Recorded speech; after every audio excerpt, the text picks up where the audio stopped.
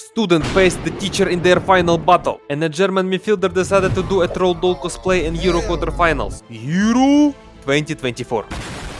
Day 18. Everyone was excited about this day because this match day was probably the best in terms of the quality of teams. The first match was Spain versus Germany. It could be the last match for Toni Kroos, who is retiring after this Euro. Pedri in pre-match interview said he hopes it will be Kroos' last game, so Kroos decided to make it Pedri's last game in this tournament and smashed into him. The first half was very tactical without any significant goal scoring opportunities, so Germany made changes in their squad. Florian Wirtz and most importantly Robert Andrich came onto the pitch. Seriously, I don't know what was on his mind or what argument he lost. How can you do a troll doll cosplay in home Euro quarterfinal? Such hairstyles should be only worn by the best players in the world, not you, brother. Anyway, Spain didn't care about his hairstyle and scored in the 51st minute. Dani Olmo, after replacing Pedri, who cross-smashed, scored a goal. Germany struggled to create opportunities and everyone was already saying goodbye to Kroos until the 90th minute. Florian Wirtz scored a goal after Kimmich won an insane air duel, putting the game into extra time. At some moments the game looked more like football with MMA elements because the amount of hard tackles. The referee seemed to lose control of the game, and if you're guessing why, just look at where he's from. In extra time there was a very questionable decision by the referee. I mean, how is not a penalty? I am not into all the rules, but I think his hand was not in the most natural position, and the ball would have been flown into the net,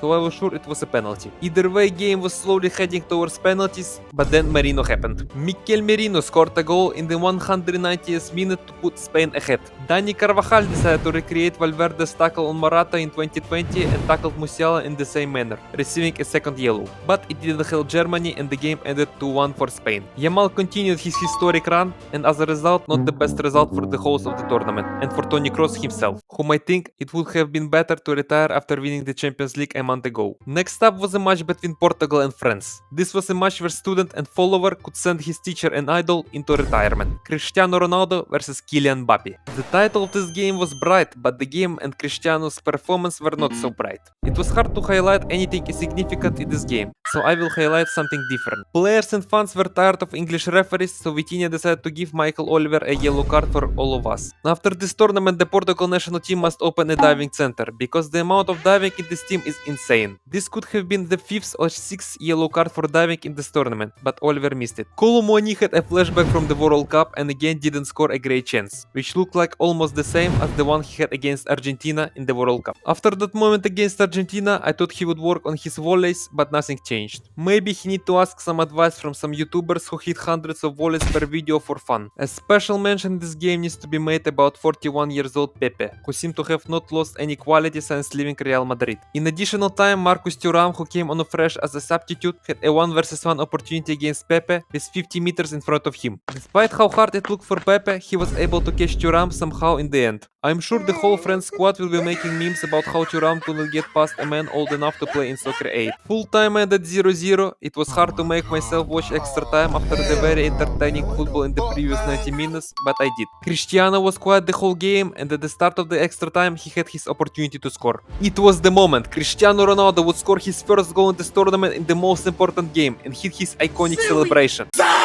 He shot right out of the stadium, and I'm sure the ball hit a couple of birds. This very entertaining extra time ended 0-0, and penalties awaited for us. Cristiano was getting ready to score his penalty, having massages on each leg. I'm sure if they were in changing room, he would have a message on all 3 legs. Cristiano scored his penalty like every player in this shootout, except Joao Felix, which meant France won on the penalties. Mbappe sent his idol back to Saudi, and I think it would be good for both Cristiano and the Portugal national team if Cristiano retired from international football. I didn't get any correct results in my predictions, but I will try again. So, England-Switzerland. As much as I love Switzerland in this tournament, I think England will undeservedly win 1-0. And Netherlands-Turkey. Every match with Turkey is entertaining, so I predict something funny. 2-2 in regular time, 3-3 in extra time, and Netherlands win on penalties. Leave a comment with your predictions. That's all for today. See you tomorrow.